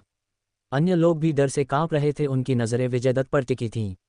विजयदत्त हताश दिख रही थीं और बड़बड़ाई, प्रतिद्वंद्वी एक दिव्यलोक विशेषज्ञ है, हमारे पास मरने का केवल एक ही रास्ता है। सभी के दिलों की धड़कन बढ़ गई, उनके शरीर में शक्तिहीनता का एहसास फैल गया। उस क्षण रणवीर सिंघानिया अपने मुंह के कोने पर एक मुस्कान के साथ अघोरी बाबा की ओर चलने लगे। उन्होंने पहले ही देखा था कि अघोरी बाबा एक प्रथम श्रेणी के दिव्यलोक साधक थे और उन्हें उनसे एक परिचित बुरी आभा महसूस हो रही थी जो आचार्य प्रेतनाथ से पहले महसूस की गई थी। साक्षी वर्मा रणवीर सिंघानिया को वास्तव में अघोरी बाबा की ओर चलते हुए देखकर डर से चिल्लाई, तुम क्या कर रहे हो? रणवीर सिंघानिया ने उदासीनता से कहा, मैं तुम्हारे लिए बाहर निकलने का रास्ता ढूंढ रहा हूं। साक्षी वर्मा निरुत्तर थी। क्या तुम पागल हो? क्या तुमने नहीं सुना कि मेरे चाचा ने क्या कहा? वह आदमी एक दिव्यलोक विशेषज्ञ है, वे पौराणिक शक्तिशाली लोग हैं। तुम्हें क्या मिला है कि तुम हमें बाहर निकलने का रास्ता दिखाओगे? रणवीर सिंघानिया मुस्कुराए, बस दिव्यलोक उतना डरावना नहीं जितना तुम सोचती हो। अघोरी बाबा एक व्यक्ति है जिसने मायावी कलाओं का अभ्यास किया और लोगों की जीवन ऊर्जा को सोखा। वह शक्ति में विजयदत्त से कम है और रूपांतरण स्तर के 7वें चरण का विशेषज्ञ है। अघोरी बाबा की नज़र भी रणवीर सिंघानिया पर पड़ी, फिर उन्होंने हल्का सा भौहें चढ़ाई। रणवीर सिंघानिया ने मुस्कान दिखाई, लगता है तुम वाकई पाताल प्रेत संप्रदाय से हो। अघोरी बाबा को भी रणवीर सिंघानिया से यहाँ मिलने की उम्मीद नहीं थी। उन्होंने दूर नहीं आर्या सिंह पर एक बार फिर नज़र डाली, उनका मुंह मुस्कुराते हुए मुड़ गया। मैं बस तुम दोनों को ढूंढने से पहले इन लोगों से निपटने की सोच रहा था। मुझे उम्मीद नहीं थी कि तुम सीधे मेरे जाल में फंस जाओगे, जिससे मुझे बहुत सारी परेशानी से मुक्ति मिल गई। रणवीर सिंघानिया रुक गए, उन्हें घूरते हुए, तब तुम शायद बहुत ज्यादा सोच रहे हो। हमने इंद्रप्रस्थ को ठीक तुम्हारे पाताल प्रेत संप्रदाय को नष्ट करने के लिए छोड़ा था। तुम्हें यहाँ भेजना तो बस तुम्हें यमराज से थोड़ी जल्दी मिलवाने जैसा होगा। अघोरी बाबा ने उपहास किया, मैं देखना चाहूंगा कि तुम्हारे पास ऐसी बातें कहने की क्या क्षमता है। उसके बाद उन्होंने तुरंत खून के लाल रंग की धुंध को रणवीर सिंघानिया पर हमला करने के लिए नियंत्रित किया। रणवीर सिंघानिया स्थिर खड़े रहे, उनके हाथ में एक छोटा कुंभ दिखाई दिया और फिर ठंडी रोशनी का एक चमक उभरी जो पलक झपकते ही अघोरी बाबा के माथे तक पहुंच गई। अघोरी बाबा हक्का बक्का रह गए और तुरंत उनके पूरे शरीर में रोंगटे खड़े हो गए। उनके दिल में आसन मृत्यु का एहसास चढ़ गया और वह पीछे हटने वाले थे।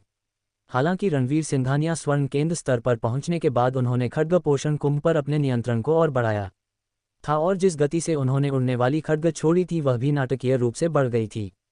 भले ही अघोरी बाबा को संकट महसूस हुआ, वह केवल असहाय होकर देख सकते थे क्योंकि ठंडी रोशनी उनके माथे में प्रवेश कर गई।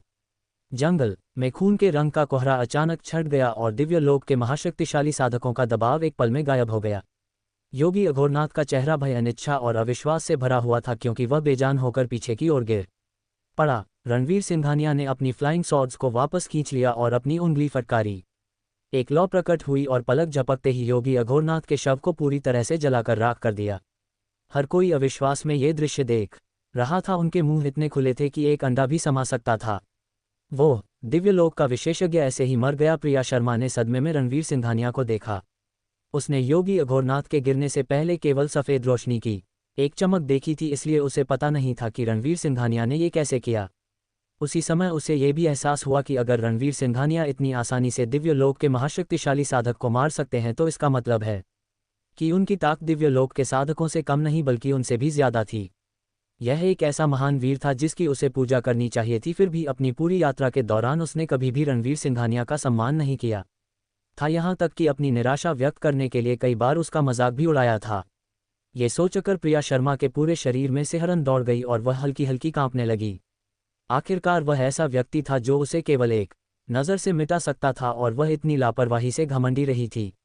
उसे लगा कि अभी भी जिंदा होना रणवीर सिंघानिया द्वारा दी गई एक कृपा थी। कई अन्य लोगों को भी प्रिया शर्मा जैसा ही सदमा लगा जिन्होंने पहले सोचा था कि रणवीर सिंघानिया केवल आर्या सिंह का अनुयायी है, लेकिन बाद में उन्हें एहसास हुआ कि वह सच्चा महाशक्तिशाली साधक था। उन्हें अपने पिछले तिरस्कारपूर्ण रवैये पर शर्म महसूस हुई। लीलावती ने सबसे पहले अपने होश संभाले और तेजी से रणवीर सिंघानिया के पास गई। कृतज्ञता से अपने हाथ जोड़ते हुए कहा, हे महानुभाव, हमें बचाने के लिए आपके हस्तक्षेप के लिए धन्यवाद। मुझे नहीं पता था कि योगी अघोरनाथ एक दिव्यलोक विशेषज्ञ था। अगर आज आप न होते तो बाहरी टीम के हम सब शायद वापस नहीं आ पाते। कई लोगों ने उसके बाद रणवीर सिंघानिया का धन्यवाद करते हुए अपने हाथ जोड़े। रणवीर सिंघानिया ने लापरवाही से अपना हाथ हिलाया। योगी अघोरनाथ विधर्मी पंथ से था, उसे खत्म करना ही सही था। शिष्टाचार की कोई जरूरत नहीं है। इस पल प्रिया शर्मा सिर झुकाए हुए पास आई। रणवीर सिंघानिया के सामने घुटनों के बल गिरते हुए बोली, मुझे माफ कर दो। मुझे आपको कम नहीं समझना चाहिए था। मैं कुएं के मेढक की तरह अज्ञानी थी, मैं मूर्ख थी। मुझे उम्मीद है कि आप मुझे माफ कर सकते हैं। प्रिया शर्मा को अपनी गलती स्वीकार करने के लिए आगे आते देख रणवीर सिंघानिया मुस्कुराई। यह अच्छा है कि तुम अपनी गलतियों को पहचानती हो। मैं छोटी मोटी बातों पर नाराजगी रखने वाला नहीं हूं। जब तक तुम भविष्य में इतनी चरमपंथी नहीं होती, यह काफी होगा। उठो। प्रिया शर्मा उत्सुकता से सिर हिलाई। उसकी भंगिमा सलाह मानने वाली थी। मैं निश्चित रूप से अपनी गलतियों को सुधारूंगी। रणवीर सिंघानिया ने उसे और अधिक ध्यान नहीं दिया, बल्कि लीलावती की ओर मुड़कर कहा, आचार्य लीलावती, इस गुफा के अंदर कुछ असाधारण होना चाहिए। मुझे फिलहाल ऐसी चीज़ों की ज़रूरत है। मैं उन्हें अब निकालने जा रहा हूँ। आप में से किसी को कोई आपत्ति है? लीलावती ने मुस्कुराते हुए तेजी से जवाब दिया, बिल्कुल नहीं, बिल्कुल नहीं। कृपया आपको जो कुछ भी चाहिए ले लें, हमें कोई आपत्ति नहीं। आसपास के लोग हंसी में गूंज उठे। रणवीर सिंघानिया इतने शक्तिशाली थे कि भले ही उन्हें कोई आपत्ति होती, कोई भी उसे आवाज़ देने की हिम्मत नहीं करता। ये देखकर रणवीर सिंघानिया ने और औपचारिक रूप नहीं धारण किया और गुफा में चलने लगे। गुफा अंधेरी और नम थी, लेकिन भीतर गहरे में तेज रोशनी दिखाई दे रही थी। जैसे जैसे वह अंदर चलते गए, आत्मिक ऊर्जा बढ़ती गई। ये स्पष्ट था कि अंदर वाकई मूल्यवान वस्तुएं छिपी हुई थीं। जल्द ही रणवीर सिंघानिया गुफा की गहराई तक पहुंचे और गुफा की दीवार पर एक पौधा उगते हुए देखा, जो अमृत जड़ी जैसा था, लेकिन काफी अलग, पूरी तरह से पारदर्शी। ये पौधा रुक रुक कर प्रकाश की किरणें उत्सर्जित कर रहा था। जो चमक उसने दूर से देखी थी, वह इसी से उत्पन्न हुई थी। यह क्या है? रणवीर सिंघानिया ने काफी देर तक पौधे को घूर कर देखा, उसे पहचान नहीं पा रहे थे। उसी पल आत्मिक आत्मा की आवाज सुनाई दी, मेघ संजीवनी एक अत्यंत दुर्लभ प्रकार की आत्मिक औषधि है, जिसका उपयोग पूर्ण संजीवनी गोली को परिष्कृत करने के लिए किया जा सकता है और आमतौर पर उस विशेष क्षमता को बढ़ाने के लिए इसका उपयोग किया जाता है। रणवीर सिंघानिया हंसे बिना नहीं रह सके। उस कार्य के अलावा इसके कोई अन्य उपयोग नहीं है। आत्मिक आत्मा ने जवाब दिया, नहीं। रणवीर सिंघानिया ने एक शरारती मुस्कान दिखाई। मैं शर्त लगाता हूं कि अगर ऐसा होता भी तो तुम मुझे नहीं बताती है ना। क्या तुम इस मेघ संजीवनी को अवशोषित करने की सोच रही हो? आत्मिक आत्मा के विचार शायद पढ़ लिए गए थे। उसे कुछ शर्मिंदगी महसूस हुई और वह काफी देर तक चुप रही। ये देखकर कि आत्मिक आत्मा ने कुछ नहीं कहा, रणवीर सिंघानिया मुस्कुराए और बोले, चिंता मत करो, यह चीज़ फिलहाल मेरे किसी काम की नहीं है। मैं इसे तुम्हें ही देने वाला था, लेकिन मुझे लगता है कि तुम उस तरह की आत्मिक आत्मा नहीं हो जो दूसरों का फायदा उठाना पसंद करती है। मैं तुम्हें यह मेघ संजीवनी दे रहा हूं। क्या तुम्हें बदले में मुझे कुछ नहीं देना चाहिए? तभी आत्मिक आत्मा ने कहा, बेशक, जब तक तुम मुझे यह मेघ संजीवनी दोगे, मैं तुम्हें निश्चित रूप से नुकसान नहीं होने दूंगी। रणवीर सिंघानिया मुस्कुराए, फिर हाथ बढ़ाया और पत्थर की दीवार से मेघ संजीवनी को तोड़ा, उसे दिव्य सृष्टि रत्न के अंदर रख दिया। उन्होंने महसूस किया कि जिस पल मेघ संजीवनी दिव्य सृष्टि रत्न में प्रविष्ट हुई, वह कोहरे में गायब हो गई और पूरी तरह से अदृश्य हो गई। मेघ संजीवनी के अंदर निहित शक्ति काफ़ी शुद्ध है और यह मुझे काफ़ी हद तक ठीक होने देगी। और मुझे इस शक्ति को बेहतर ढंग से अवशोषित करने के लिए कुछ समय के लिए गहरी नींद में जाना होगा। मैं अब तुमसे बात नहीं करूंगी। जब मैं मेघ संजीवनी को पूरी तरह से अवशोषित कर लूँ, तब फिर से मिलेंगे। ये कहने के बाद आत्मिक आत्मा पूरी तरह से शांत हो गई। रणवीर सिंघानिया हक्का बका रह गए। क्या तुमने नहीं कहा था कि तुम मुझे नुकसान नहीं होने दोगी? तुम्हें कम से कम सोने से पहले मुझे लाभ तो देना चाहिए। दिव्य सृष्टि रत्न का आंतरिक भाग शांत था, मानो वहां कोई आत्मिक आत्मा थी ही नहीं। रणवीर सिंघानिया निरुत्तर थे। मुझे उम्मीद नहीं थी कि तुम एक आत्मिक आत्मा होने के नाते इतनी बेशर्म होगी, मुझे धोखा दोगी। अगर मुझे ये पहले पता होता तो मैं तुम्हें कभी मेघ संजीवनी नहीं देता। वह पूरे 10 मिनट तक आत्मिक आत्मा के बारे में बड़बड़ाते रहे। जैसे ही उन्होंने सोचा कि आत्मिक आत्मा सचमुच सो गई है, दिव्य सृष्टि रत्न के अंदर अचानक एक रहस्यमय ताबीज प्रकट हुआ। रणवीर सिंघानिया कुछ महसूस करते हुए ताबीज को बाहर निकाला और उसे ध्यान से देखा, बड़बड़ाते हुए, निर्वाण ताबीज, ये वाकई एक अच्छी चीज़ है। उन्होंने दिव्य सृष्टि रत्न से कहा, कम से कम तुम्हें थोड़ी तो ज़मीर है। लेकिन उन्हें कोई जवाब नहीं मिला। तथाकथित निर्वाण ताबीज एक शक्तिशाली प्रभाव वाला उपचार ताबीज है। जब तक कोई पूरी तरह से मृत नहीं होता, निर्वाण ताबीज पर भरोसा करने से ठीक हो सकता है। प्रभावी रूप से एक अतिरिक्त जीवन मिलता है। साधना लोक में निर्वाण ताबीज कई साधकों के लिए एक आवश्यक वस्तु है जब वे बाहर निकलते हैं, क्योंकि साधना का मार्ग खतरों से भरा होता है। एक छोटी सी गलती किसी का जीवन ले सकती है और निर्वाण ताबीज होने से अतिरिक्त सुरक्षा मिल सकती है। आजकल यह अनिश्चित है कि पृथ्वी पर मेरे जैसे अन्य साधक हैं या नहीं, और कुछ ही लोग हैं जो मेरे जीवन को खतरे में डाल सकते हैं। मुझे शायद इस चीज़ की ज़रूरत नहीं होगी। यह बेहतर होता अगर तुम मुझे एक आत्मिक रत्न देती। रणवीर सिंघानिया ने खुद से बड़बड़ाया जैसे ही उन्होंने निर्वाण ताबीज को दिव्य सृष्टि रत्न में रखा। वह मुड़े और गुफा से बाहर निकले लीलावती और अन्य लोगों से मिले। लीलावती मुस्कुराते हुए पास आई, ही महानुभाव, आपने हमारे जीवन बचाए हैं और हमें अपनी कृतज्ञता व्यक्त करनी चाहिए। मैं आज शाम युद्ध कला केंद्र में एक भोज आयोजित करने की योजना बना रही हूं ताकि आप दोनों का मनोरंजन कर सकूं। क्या मैं पूछ सकती हूं कि महानुभाव हमें उपस्थित होने का सम्मान देंगे? रणवीर सिंघानिया ने आकाश की ओर देखा, ये देखते हुए कि पहले ही देर हो चुकी थी और ये देखते हुए कि उनके पास शाम के लिए कोई योजना नहीं थी। उन्होंने सहमति में सिर हिलाया। समूह एक साथ पहाड़ से नीचे उतरा और लीलावती युद्ध कला केंद्र की ओर चल पड़ा। उस शाम लीलावती ने रणवीर सिंघानिया और आर्या सिंह के मनोरंजन के लिए एक शानदार भोज तैयार किया। आर्या सिंह प्रभासपुर के विशेष व्यंजनों से काफ़ी खुश थी और खुशी खुशी खाया। खाने के बाद लीलावती ने रणवीर सिंघानिया और आर्या सिंह के लिए ठहरने की व्यवस्था की, यह सुनिश्चित करते हुए कि उन्हें अकेला छोड़ने से पहले सब कुछ तैयार था। आधी रात आर्या सिंह, जो गहरी नींद में सो रही थी, अचानक जाग गई। उसने चारों ओर देखने के लिए अपना सिर घुमाया। उसे ऐसा महसूस हो रहा था जैसे कोई अंधेरे में उसे देख रहा हो। क्या कुछ मुझे ढूंढने की कोशिश कर रहा है? आर्या सिंह ने अपनी भौहें सिकुड़ी। उसके दिल में बेचैनी की भावना बढ़ रही थी। कई बार पुष्टि करने के बाद उसे एहसास हुआ कि यह भावना उसके दिल की गहराई से आ रही एक हल्की, लगभग अगोचर पुकार के कारण थी। रणवीर सिंघानिया पास आए और आर्या सिंह को अपनी बाहों में भर लिया। बुरा सपना देखा। आर्या सिंह ने अपने बगल में बैठे पुरुष की गर्माहट और उपस्थिति महसूस की और उसका दिल काफ़ी शांत हो गया। फिर उसने सिर हिलाया। वह अपने दिल में इस भावना को तुरंत रणवीर सिंघानिया के साथ साझा करने की योजना नहीं बना रही थी। सबसे पहले इसलिए कि यह एक निराधार अनुभूति थी जिसे वह भी यह निर्धारित नहीं कर सकती थी कि यह केवल एक गलत धारणा थी या उसकी कल्पना का एक अंश। और दूसरी बात, क्योंकि वह रणवीर सिंघानिया को ऐसी आध्यात्मिक बातों पर चिंतित नहीं करना चाहती थी। इसके अलावा रणवीर सिंघानिया की दुर्जय शक्ति के साथ भले ही वास्तव में उसके लिए कुछ आ रहा हो, उसे विश्वास था कि रणवीर सिंघानिया की शक्ति निश्चित रूप से उसे पूरी तरह से बचाएगी। इस विचार पर अधिक ध्यान न देते हुए आर्या सिंह प्यार से रणवीर सिंघानिया की बाहों में दुबक गई और जल्द ही आराम से फिर से सो गई। अगले दिन रणवीर सिंघानिया और आर्या सिंह ने लीलावती युद्ध कला केंद्र में सभी को विदा कहा और अपनी यात्रा दक्षिण की ओर जारी रखी। रास्ते में वे रुकते और चलते रहे, दृश्यों की प्रशंसा करते, स्थानीय व्यंजनों का स्वाद लेते, स्थानीय रीति रिवाजों का अनुभव करते और एक शानदार समय बिताते। आधे महीने से भी अधिक समय के बाद वे अंततः अपनी मंजिल सागरपुर शहर पहुंचे। शुरुआत में जब प्रेत चुड़ैल संप्रदाय के विशेषज्ञों ने हमारी प्राण शक्ति पर ध्यान केंद्रित किया तो मैंने उल्टी खोज करने और उनकी स्थिति का मोटे तौर पर पता लगाने का अवसर लिया। लेकिन उस समय मैं पार नहीं कर पाया था, इसलिए मैं सटीक स्थान का पता नहीं लगा सका। केवल स्पष्ट रूप से यह महसूस कर रहा था कि प्रेत चुड़ैल संप्रदाय सागरपुर शहर के पास एक पर्वत श्रृंखला में था, एक जगह जिसे चिंतामुक्त घाटी कहा जाता था। सागरपुर शहर पर्वत श्रृंखला से सटा हुआ है और इसका इलाका जटिल है। अगर हम अंधाधुंध पहाड़ों में जाते हैं तो हम खो सकते हैं। यही वजह है कि हमें सागरपुर शहर के आसपास के पहाड़ों से परिचित एक गाइड ढूंढने की ज़रूरत है जो हमें चिंतामुक्त घाटी तक ले जाए। तब मैं प्रेत चुड़ैल संप्रदाय के सटीक स्थान का पता लगाने के लिए अपने दिव्य संवेदन पर भरोसा कर सकता हूँ।